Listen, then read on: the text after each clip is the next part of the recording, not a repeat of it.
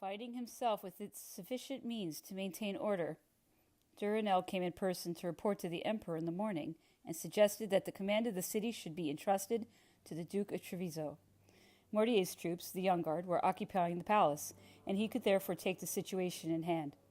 The emperor approved this proposal, and Count Duranel himself delivered to the Duke the order to assume responsibility for the government of Moscow. The emperor went to the Kremlin at noon, September 15th. A gloomy silence reigned throughout the deserted city. During the whole of our long progress, we met not a single person. The army took up its positions round the town, and some corps were in the barracks. At 3 o'clock, the emperor mounted his horse, made a tour of the Kremlin and the orphanage, went to see the two principal bridges, and then returned to the Kremlin, where he had installed himself in the apartments of Tsar Alexander. Various reports said that Kutuzov and Rostopchin had met to discuss affairs on the day before the evacuation. Rostopchin was said to have proposed the destruction of the city, but Kutuzov had been opposed to this step and had been so indignant at the suggestion and at the other measures desired by the governor that he had gone away in a rage. From other details, it seemed that these two personages, who disliked each other, rarely met. That Kutuzov had left Rostopchin as ignorant as he had left the Tsar up to the very last moment, for in Moscow, as in Petersburg, a Te Deum had been sung for the supposed victory of the Russian arms. We heard that the first convoy of wounded arrived on the 12th from Borodino. That on the 13th, rumors of a defeat began to spread, though they were discounted, and even on that and the following day, some of the militia were sent out to join the main army. In short, even persons in authority were totally in the dark as to what had happened until the day before our entry. Much of the information we received was contradictory and proved that those who had left the city had not confided their intentions to those who remained, even at the very last. An aged French actress repeated so often a conversation she was supposed to have had with a certain General Borozdin that the emperor expressed a wish to see her. According to the general, or according to this actress, disaffection toward the Tsar and the popular dislike of this war over Poland had reached such extreme lengths that the Russian nobility, threatened with the loss of their property and the greater part of their fortunes, were anxious for peace at any price and would force the Emperor Alexander to come to terms. Kutuzov had deceived the court at Petersburg, even though, as he had deceived the public and the governor of Moscow, everyone imagined that he had been victorious. The precipitate evacuation of the city would ruin the Russian nobility and force the government to sue for peace. The nobles were enraged with Kutuzov and Rostopchin for having lulled them into a false sense of security. At 8 o'clock in the evening, flames broke out in one of the suburbs. Assistance was sent without more attention being paid to the matter, for it was still attributed to the carelessness of the troops. The emperor retired early. Everyone was fatigued and as anxious to rest as he was. At 10:30, my valet, an energetic fellow who had been in my service during my embassy to Petersburg, woke me up with the news that for 3/4 of an hour the city had been in flames.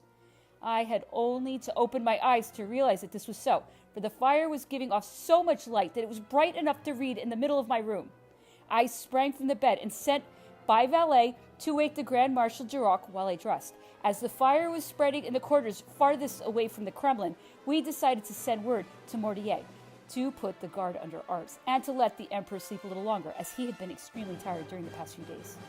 I mounted my horse hurriedly to go and see what was happening, to gather what assistance I could muster, and to make sure that everyone connected with my own apartment, scattered throughout the city as they were running no unnecessary hazards.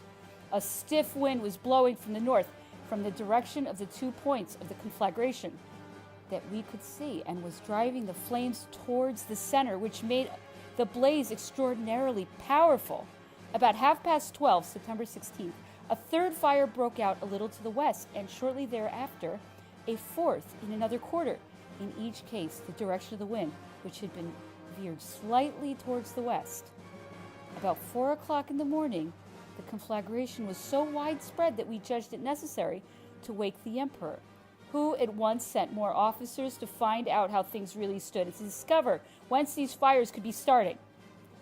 The troops were under arms. The few remaining inhabitants were fleeing their houses and gathering in the churches. There was nothing to be heard but lamentation. Search had been made for the fire engines since the previous day, but some of them had been taken away, and the rest put out of action. From different houses, officers and soldiers brought butichniks, policemen on point duty, and mujiks, who had been taken in the act of setting fire to the inflammable material which had been laid in houses for the purpose of burning them down. The Poles reported that they had already caught some incendiaries and shot them. And they added, moreover, that from these men and from other inhabitants they had extracted the information that orders had been given by the governor of the city and the police that the whole city should be burned during the night. These reports seemed incredible. The arrested men were put under guard, and a fresh search and increased watchfulness were enforced. Pickets had already been sent to the quarters of the town, which were not already in flames, and the further particulars, which continued to arrive, confirmed our gravest suspicions. The emperor was deeply concerned. Towards 9:30, he left the courtyard of the Kremlin on foot, just when 2 more incendiaries caught in the act were being brought in. They were in police uniform. When interrogated in the presence of the emperor, they repeated their declarations. Their commanding officer had ordered them to burn everything.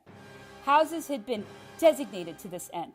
In the different quarters, everything had been prepared for starting the fire in accordance with the orders from the governor Rostopchin, so they had been told. The police officers had spread their men in small detachments in various quarters, and the order to carry out their instructions had been given in the evening of the previous day and confirmed by one of their officers on the following morning. They were reluctant to tell the name of this official, but one of them did so at last. He was a mere underling. They could not or would not indicate where he was at the moment, nor how he might be found. Their replies were translated to the emperor in the presence of his suite. Many other depositions confirmed unmistakably what they said. All the incendiaries were kept under observation. Some were brought to judgment and 8 or 10 executed. The conflagration continued to spread from the borders of the boroughs where it had started. It had already reached the houses around the Kremlin. The wind, which had veered slightly to the west, fanned the flames to a terrifying extent and carried enormous sparks to a distance, where they fell like fiery deluge hundreds of yards away, setting fire to more houses and preventing the most intrepid from remaining in the neighborhood with safety. The air was so hot, and the pine wood sparks were so numerous that the beams supporting the iron plates which formed the roof of the arsenal all caught fire.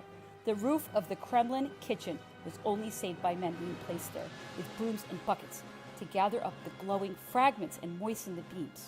Only by superhuman effort was the fire in the arsenal extinguished. The emperor was there himself. His presence inspired the guard to every exertion.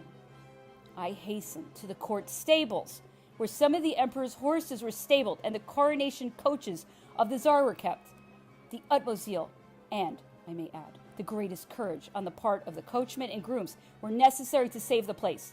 They clambered on the roof and knocked off the cylinders that fell there, whilst others worked 2 fire engines, which I had put in order during the night. They had been totally dismantled. I may say without exaggeration that we were working beneath a vault of fire. With these men's help, I was able to save the beautiful Galitzin Palace and 2 adjoining houses, which were already in flames. The emperor's men were ably assisted by Prince Galitzin's servants, who displayed the utmost devotion to their master's interests. Everyone did his best to further the measures we took to check this devouring torrent of flame, but the air was charged with fire. We breathed nothing but smoke, and the stoutest lungs felt the strain after a time. The bridge to the south of the Kremlin was so heated by the fire, and the sparks falling on it, that it kept bursting into flames, although the guard, and the sappers in particular, made it a point of honor to preserve it. I stayed with some generals of the guard and aides de camp of the emperor, and we were forced to lend a hand and remain in the midst of this deluge of fire in order to spur on these half-roasted men. It was impossible to stand more than a moment in one spot. The fur on the grenadier's cap was singed.